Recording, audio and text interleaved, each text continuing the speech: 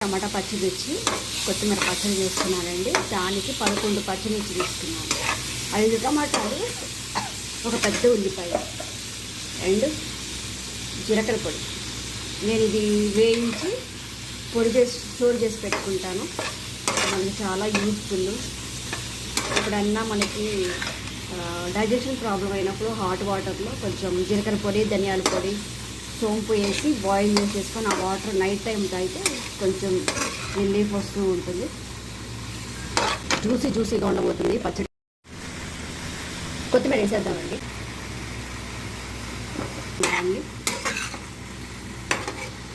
అయిపోయిందండి. చూసారా ఎంత బాగుందో పచ్చడి.